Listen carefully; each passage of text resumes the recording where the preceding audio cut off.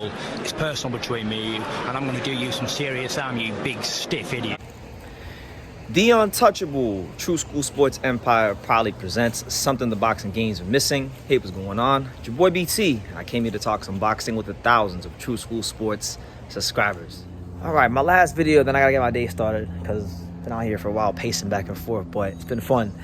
Frank Martin, the ghost. Last we heard of him, he ghosted us. He ghosted the world when he turned down 7 figures in a shout out Shakur Stevenson to twiddle his thumbs and do nothing and get paid $0, right? So that happened with him.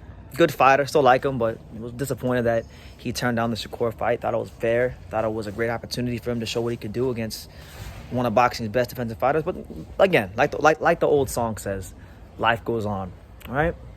So with that being said, Frank Martin, he expressed some of his future ambitions in the fight that he said he wants next. And you know what?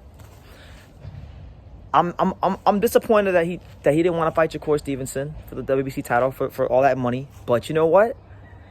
I like what he's saying. I like this fight because the ghost, Frank Martin, he's expressed that he wants to fight William Zepeda. And he's talking to his team about making that fight happen. And I saw Oscar De La Hoya caught wind of this, and Oscar went on Twitter, and Oscar pretty much told Frank Martin, you got to fight Shakur Stevenson. Go fight Shakur Stevenson, right?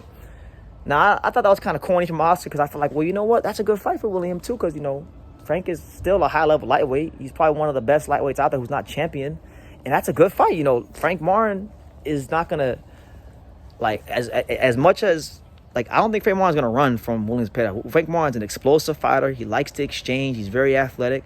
I feel like he's one of the few guys in the division whose style would mesh very well. I feel like him and William Zepeda will be an explosive fight for boxing in the lightweight division. So I don't like the fact that Oscar's downplaying that fight. That's actually probably one of the most exciting matchups you can make in the lightweight division.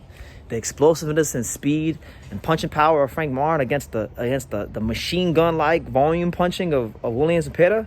Come on, man. I like that, and it's a healthy alternative for him not fighting Shakur.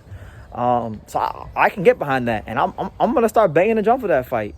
I know Frank's with Golden Boy and Williams with Oscar, and Frank's with PBC and Williams with Oscar and Golden Boy. So I get all that. I get the politics and everything. But listen, unless Williams is fighting Shakur next, or Williams gonna be fighting someone like I don't think Oscar's gonna make the in-house matchups. Like if we ask Golden Boy to say, okay, Oscar, make Williams Zepeda versus Floyd Schofield. He's not doing that because he has Floyd Schofield. He loves Floyd Schofield, and Floyd's still developing, so they're not going to make that fight, right?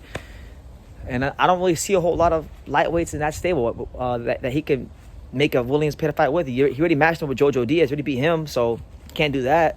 So there's not a whole lot of options. And that fight right there for Williams Zepeda, the way I look at it, if he's able to beat Frank Martin, and I think Al would make that fight. I think Al would actually be keen to make that fight because if you look at how Al Heyman operates, so the way Al Heyman operates is he normally has like his main guys, his top priority, right?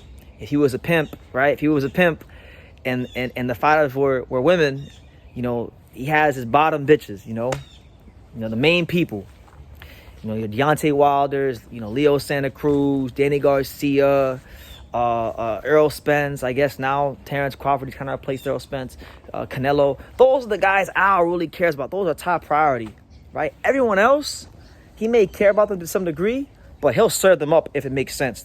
He'll serve them up and make the cross-promotional fights in a heartbeat if the dollars make sense. And I think Frank Martin is not one of the guys you could classify as a top Al Heyman priority. So that's why I feel like this is a very makeable fight. That's why I feel like, you know, and it's a good fight for boxing. It's a good fight for the division. I think if Frank Martin were to fight a William Zepeda, and let's just say he somehow came out with a victory, he was able to, you know, lower that punch output, or maybe even punch in between all the punches William Zepeda likes to throw and knock him out, then all of a sudden you got to look at Frank Martin differently because now he's beat William Zepeda, one of the best volume punchers in the sport, quite possibly the best volume puncher in the sport, who broke the record for the most lightweight punches, I think in a fight or whatever it was. He broke some sort of record.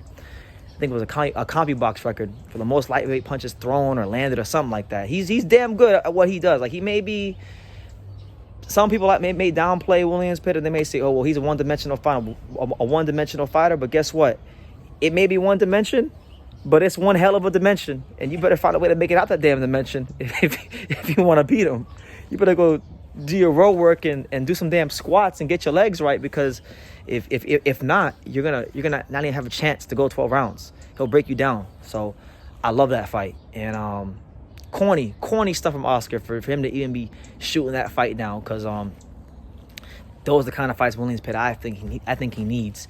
You know, like De Los Santos, Frank Martin. You know, maybe not the champions, but the guys right below that are really good. And I think even if you can't get Frank Martin, De Los Santos would be a good fight. Why? Because De Los Santos just fought Shakur, and it was a boring ass fight, and people didn't like it. But people know De Los Santos is a very good fighter. Zepeda versus De Los Santos, I don't think would be a boring fight. I think it'd be a very entertaining fight, and it's one where I think, you know, common opponent. And then after that, go for Shakur. You know, you can't be turning these kind of guys down. You can't be downplaying Frank Martin. You know, so I'm behind the Ghost on this one. I still like Frank Martin, even though he turned down the damn Shakur Stevenson fight and disappointed me. But if he wants to fight William Zepeda, if that's what he wants, that's what he's asking for. You know, it's like the OJ said. You got to give the people what they want. You know, what did Don King say? Don King has his old saying. He says working together works, you know. So let's make these big fights happen for 2024 in the lightweight division. Yeah, maybe I'm a little delusional. Maybe I'm being a little bit naive to think that this fight could happen. But fuck it, being delusional and naive is what got me this far covering boxing in the first place. So I'll continue to be delusional and naive and dream, you know. So let me know what you guys think. What do you guys think about Frank Martin and William Zepeda fighting each other? What do you guys think about that matchup? Who you favoring? Leave all that good stuff down below. And like I say in every single one of these videos, you can love me or you can hate me, but I'm just a kid from Daniel. So until next time, thank you for watching another video on the untouchable True School Sports Empire. For more great boxing content just like this video, click right here and make sure you subscribe. Much love from sunny South Florida.